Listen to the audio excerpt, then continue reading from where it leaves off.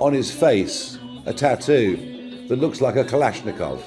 I would suggest to you that's a pretty aggressive symbol, not the kind of tattoo that most people get. Now you'll notice that the flag at the top of this social media clip that he's posted has France, where he is now, and there's a Union Jack.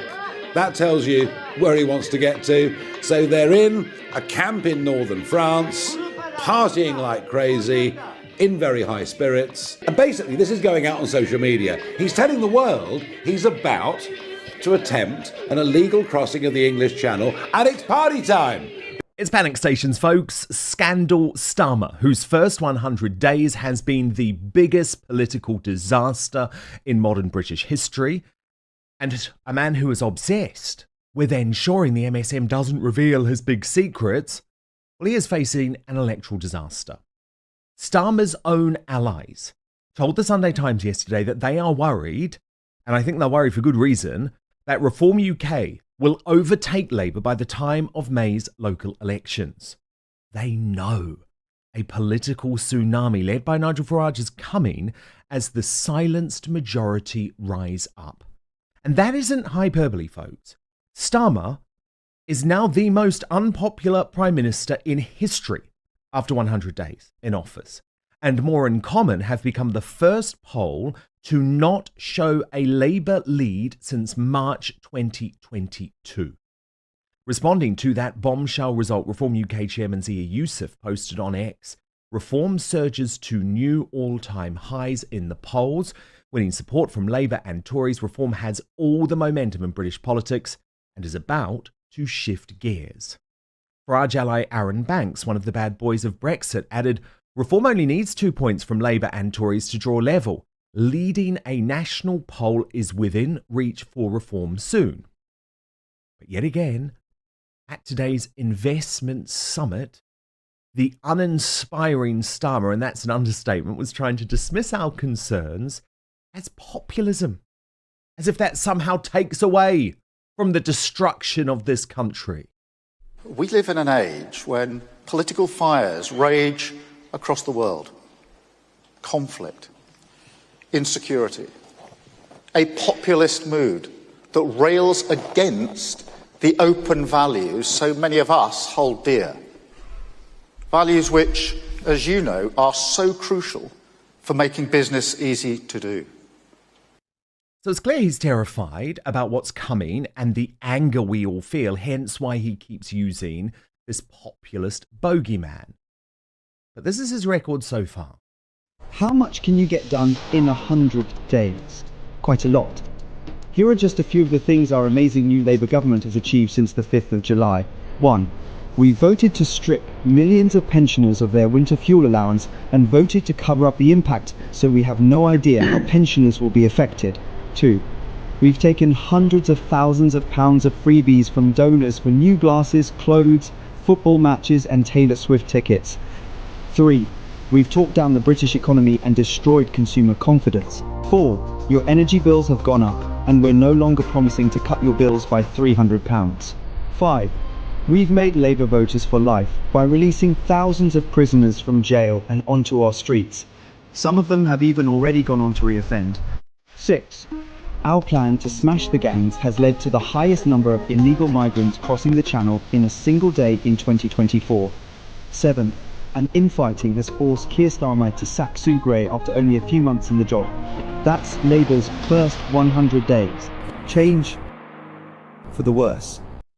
And of course, the invasion of the UK via the Channel gets worse by the day, with seemingly no way for Starmer to smash the gangs. Indeed, Labour, or maybe I should call them Labour, is going to agree a 6-year contract worth £521 million to manage 2 migrant processing sites in Kent. And as Guido Fawkes pointed out, classic instance where what they say in public and what they expect in private are very different. Labour and government don't expect to smash the gangs. In reality, they plan on the basis that the boats keep coming, no change. So all of this provides such an opportunity to Farage, who isn't backing away from this issue.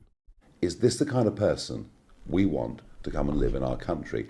Is this the kind of person you would like to move in next to you? The guy's name is Madapasa. He's been living in Stockholm. He clearly wants to be a big star on TikTok, on social media. He wants to become an influencer, and perhaps he thinks his chances are better coming to the United Kingdom and doing it here. Let's start off with a clip of him in Stockholm. So here he is, surrounded by young women, boastful. We would probably think generally making a bit of a fool of himself. As to how old those females are around him, I wouldn't really like to speculate. But before you know it, Madapasa is there with a group of young men, and guess where they are?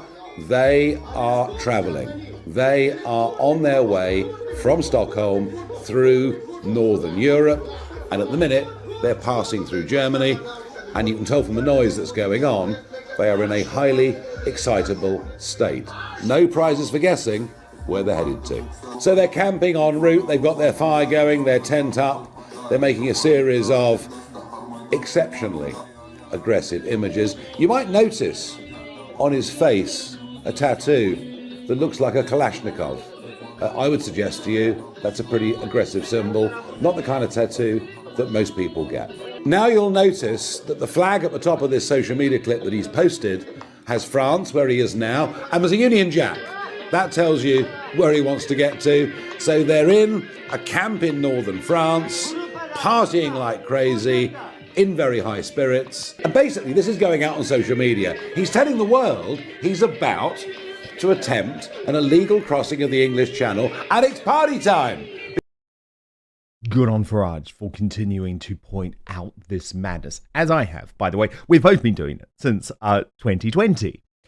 But Farage is doing something I'm not at the moment. He is waging a war with the Conservative leadership contender Robert Jenrick.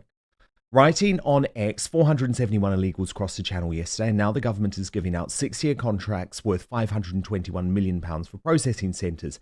Starmer has no intention of stopping the boats.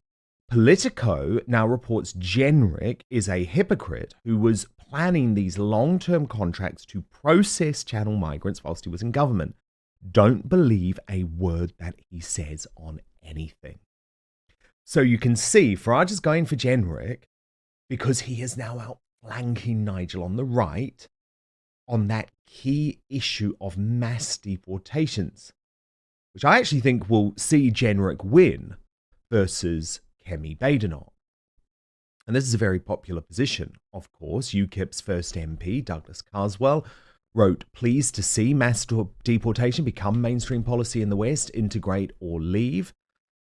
World by Wolf added, "Reform and Farage will become irrelevant under Robert Jenrick. The right will be united under his leadership at the next election." And our superstar panellist, Connor Tomlinson, wrote, "Conservative contender Robert Jenrick has pledged to deport all illegal immigrants in the UK. That's well over 1 million foreign criminals. We can debate whether or not the tarnished credibility of the Tory party makes it possible for Jenrick to deliver this promise, but this is a strong statement of intent to reject the pro-immigration consensus of both parties since 1997. This should light a fire underneath Reform UK, who just last month categorically ruled out a commitment to mass deportation as the most popular policy for its base. If Reform want to continue to take votes from both Conservatives and Labour, it must take care and recognise that Jenrick could win the right wing's arms race and render them obsolete." So perhaps the big question is whether we can trust Jenrick, who has pledged over the weekend to make Jacob Rees-Mogg party chairman. Remember, Rees-Mogg is a man who has advocated openly for a merge of the Tories and Reform UK. But one member of the shadow cabinet told the I newspaper this weekend that they had assurances Jenrick would rein in his right-wing polemic if elected leader, which again leaves it all to play for Nigel Farage on his march to number 10. But where does his old party UKIP stand? Let's find out now in our Uncancelled Interview.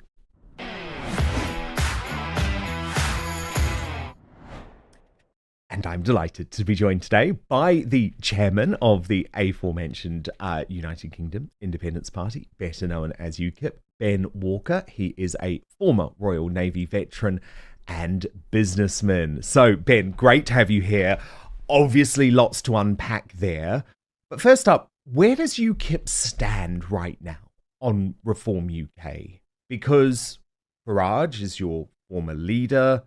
There's lots of policy crossover. Do you support what he's doing, or are you in full-on competition with him? Well, hi, Dan. Firstly, can I just say congratulations on the figures? That's absolutely outstanding. Thank you, Ben. Thank you so much. I tip my hat to you. You are a legend in your own boots. So good work. I'm very really much pleased to hear that. Thank you.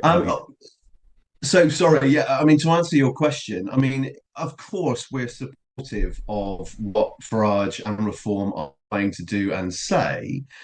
I guess there is an issue for us in terms of, yes, we are ultimately in competition with them. What you won't know is we're going through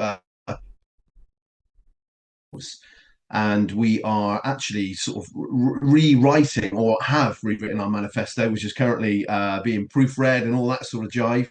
So we're actually going down a very, very radical road at the moment. We're going to say those things, the politically unsayable things that maybe even Reform are going to struggle to wrap their lips around. But we're the only party really at the moment which are fully committed to deportations. And I'm kind of glad that Douglas Carswell has said that.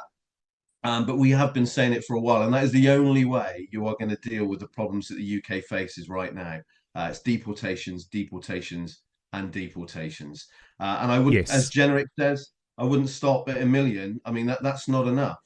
Any illegal here, there is currently, one illegal for every 100 people in this country. Wow. They are illegal. They need to be gone. It's as simple as that.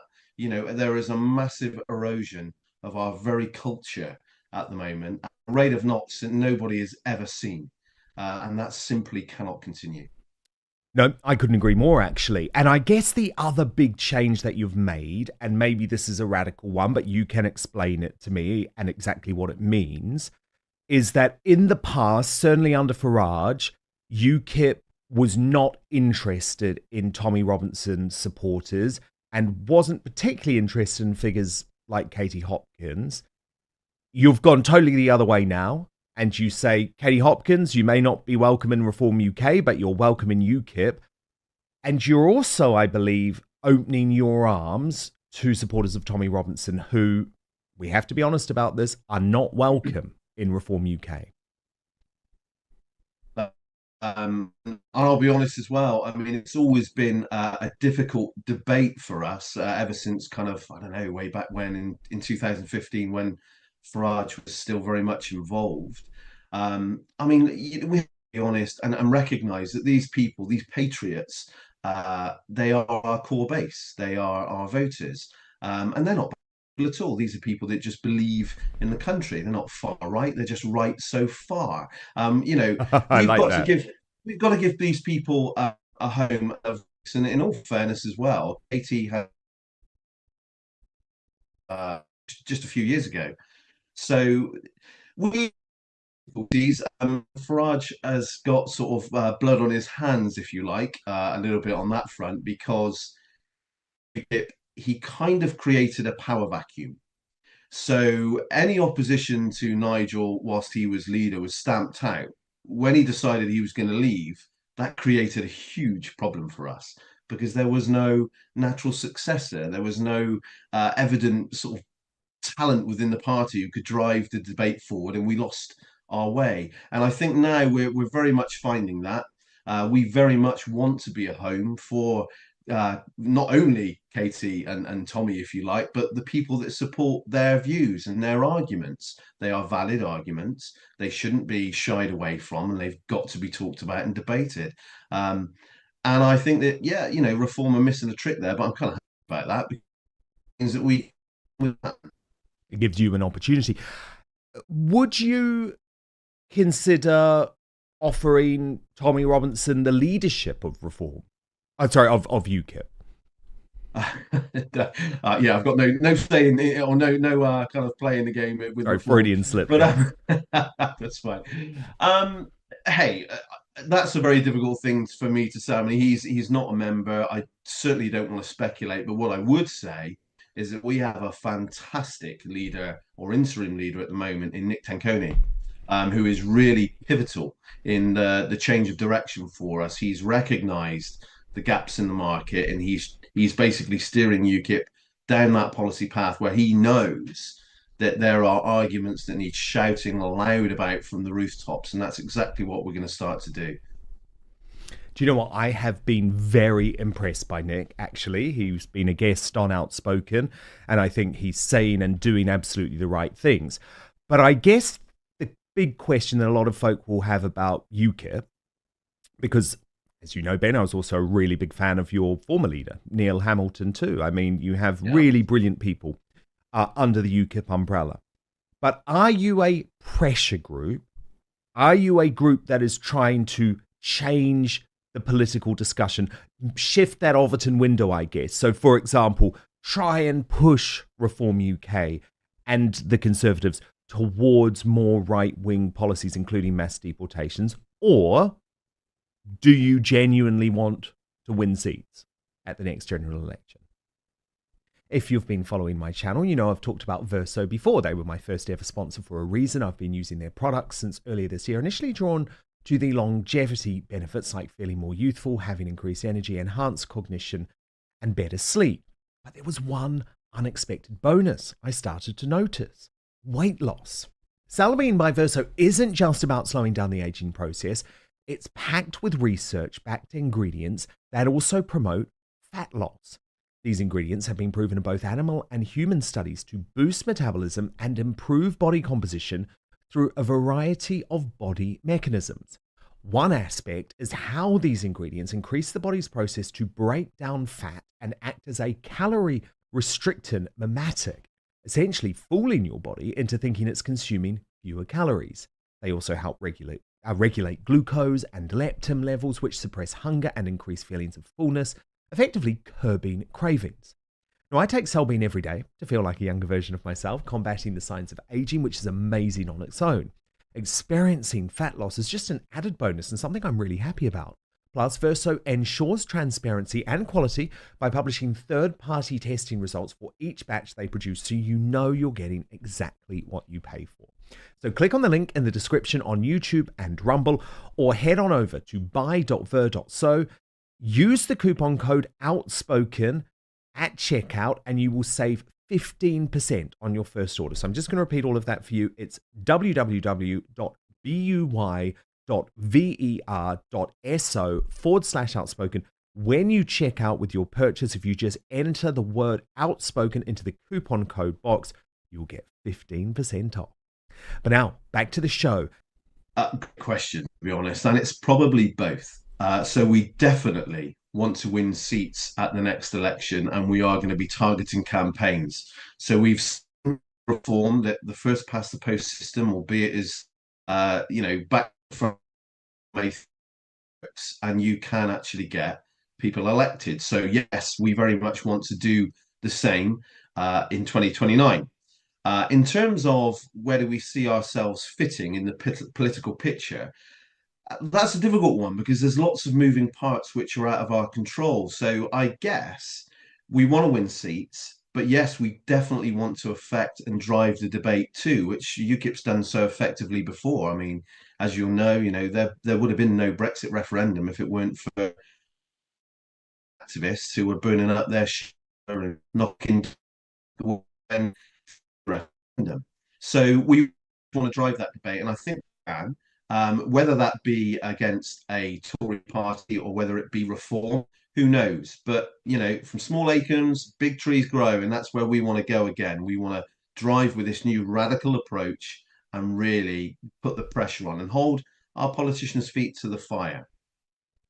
Indeed, indeed. Look, we're just going to try and improve the quality of your line, Ben Walker. So stand by while we do that. But in the meantime, I just want to show you the Labour MP Nadia Wootton, who is making some absolutely crazy comments about getting rid of the Wethersfield camp, where, of course, lots of illegals are currently holed up. And why I think this is really interesting, even though she's on the left of Labour, this shows you the sort of pressure Starmer is going to come under from his own MPs. I'm outside Wethersfield camp, where hundreds of people seeking asylum are being held. I came to speak to the residents and to see the work that Care for Calais is doing to support them. It's a completely inappropriate place for people seeking asylum to be housed. It's an ex-military base in the middle of the countryside without appropriate services. There isn't even a shop nearby. The site is surrounded by barbed wire and near a live firing range. Lots of people held here have been through traumatic experiences at the hands of the military, in their country or on their journey here. Being held here is re-traumatising. The men say it feels like a prison. There's a huge mental health crisis here, with many suicide attempts and instances of self-harm. The government has already committed to shut down the Bibby Stockholm. It's time to close all large sites, like Wethersfield. Instead, we need an asylum system with compassion at its heart, safe routes so people aren't forced to make dangerous channel crossings, and proper support to rebuild their lives. There is nothing compassionate about that woman. That woman is insane because of what she is suggesting. Shut down all sites. Do you know what that means? The illegal migrants in your community. I mean, this is already happening. It's called Operation Scatter. You won't hear anyone in the mainstream media or the government talk about it because it's going on. The idea is to spread out the illegals into every community so that you have no idea where they are. And let's be honest, we know that many of the people flooding in are terrorists, are rapists, are criminals. Some are even murderers. And she wants them in your community. This is a dangerous policy, but trust me, it is what the left of Labour think. And Labour have proven that they have no real intention of stopping the boats. They certainly have no ability to smash the gangs. And that is what we are facing. So this is why I think the opportunity for Nigel is huge. But of course, mass deportations are necessary for that to happen. By the way, just to sum up how terrible Starmer has been as leader. I love this from, he's one of my favourite comedians, Andrew Lawrence. Public can trust us to deliver on our promises because we never made any in the first place. I did say I was going to smash the illegal migrant smuggling gangs, and I've not made any progress on that because I've been very busy organising Sue Gray's generous severance package and shopping for clothes with money from Lord Ali. But let me be absolutely clear. If you think things are bad right now, just wait until Rachel Reeves announces her first budget at the end of this month. Prepare to have your pockets emptied. Change is coming. My father was a toolmaker. I'm out of my depth. I'm on the cusp of a breakdown. All donations welcome. Cash preferred. Thank you so much for watching Dan Wootton Outspoken. Please click on my face just to the bottom left to subscribe to this brand new independent news source and turn on the notification bell so you'll be alerted to our brand new live shows, uncancelled interviews, and special royal episodes. Outspoken is also now available as a podcast, so you can listen to the show every weekday on the go, wherever you are.